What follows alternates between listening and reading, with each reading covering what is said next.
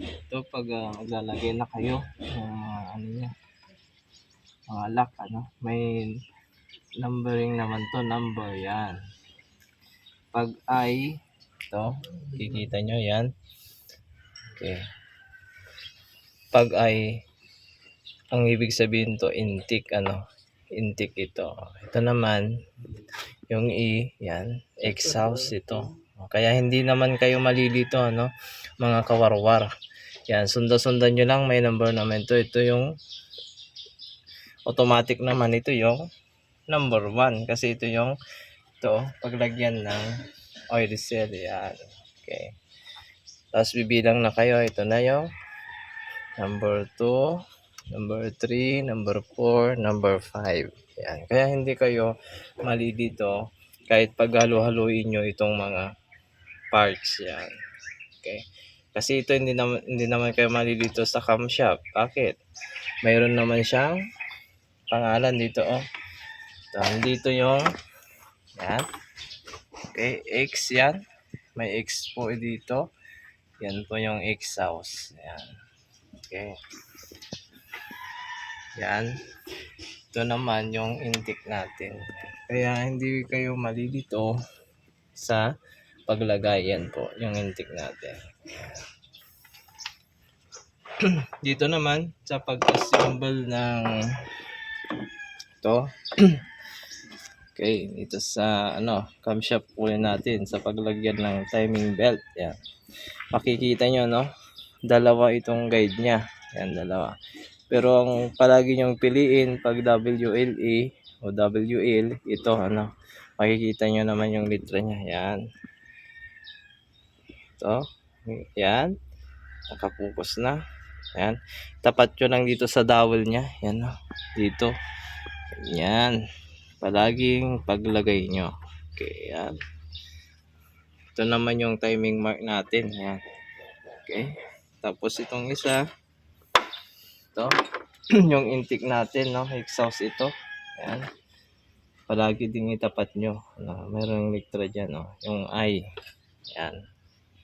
Makikita nyo. Yan. Lagay nyo lang, ganyan lang. Kahit yung mga baguhan, okay, madali lang itong gawin. Kasi may timing mark naman, no? May timing mark. Kaya hindi tayo mali dito. Kahit na iba yung nagbaklas, iba yung magkakabit, no?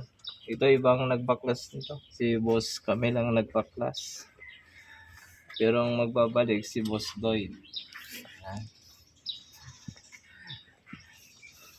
Veterano na yung mga mekaniko dito, no? Lalo na si Boss David, yan. Yan yung chief mechanic namin dito. Okay. Ganito lang. Pag mag-timing kayo, yan. Itapat nyo lang ito, no? Dapat nakatapat ito. Yan.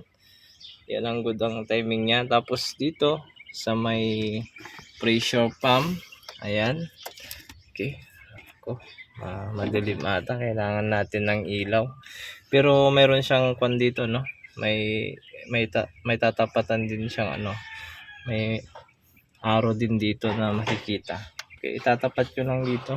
Saka dito naman yung crankshaft pulley natin. Yan, ipakita ko lang. Ayan. Yung timing sa pressure. Okay. Hawakan mo. Yan. Ito yung pressure. Okay, yan. Ito yung timing, oh. Yan, makikita nyo. Yan. Tapat nyo lang ito. Yan, nasa gitna dapat. Yan, yung pressure pump natin to. Okay. Yan lang yung timing nyo.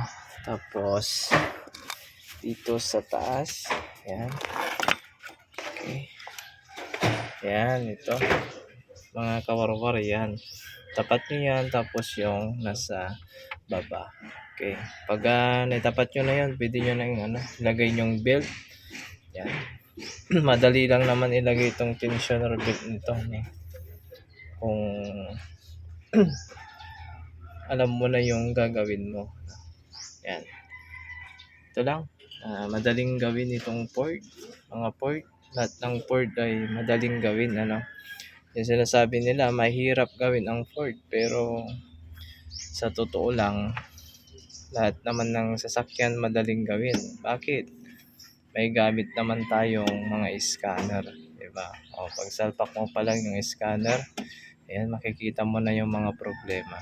O, mayroon din yung walang code, walang trouble code, no? Pag nag-i-scan ka, pero mayroon naman tayong tinatawag na troubleshoot, ano? Dapat marunong din tayo makinig sa mga sounds o sa mga parts din na sira, ganun, no? Mapapakinggan natin din yung mga sirang mga pesa, ano?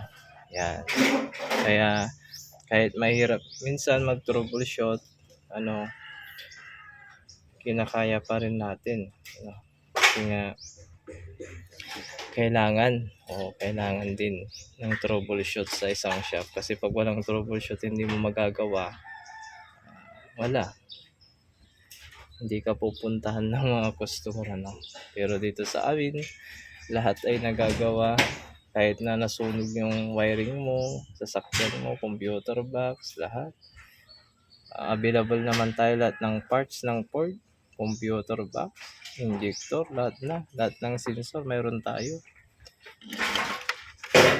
Okay. Ito, napalitan na rin natin ito, yung mga oil seal, yan, injector seal. Tapos na ito, no. Lalagyan na lang natin tong belt niya. Yan. Tapos sigpitan na lang natin ito, camshaft niya. Tapos patapos yung assemblein, mas maganda pag i-check nyo muna ito. I-check nyo muna yung kung mahigpit na siya. Yan. I-double check nyo palagi pag gumagawa kayo. Kasi hindi nga perfect. Minsan may nakakalimutan tayo. Sa dami nating ginagawa, ayan, may nakakalimutan tayo. Kaya nga, palagi tayong mag-check. Dublihin natin ulit. I-check natin ulit yung mga ginawa ng mga kasama natin. Yan lang yung mga ginagawa namin dito. Ito. At marami pang nakabilang mga sasakyan, ano.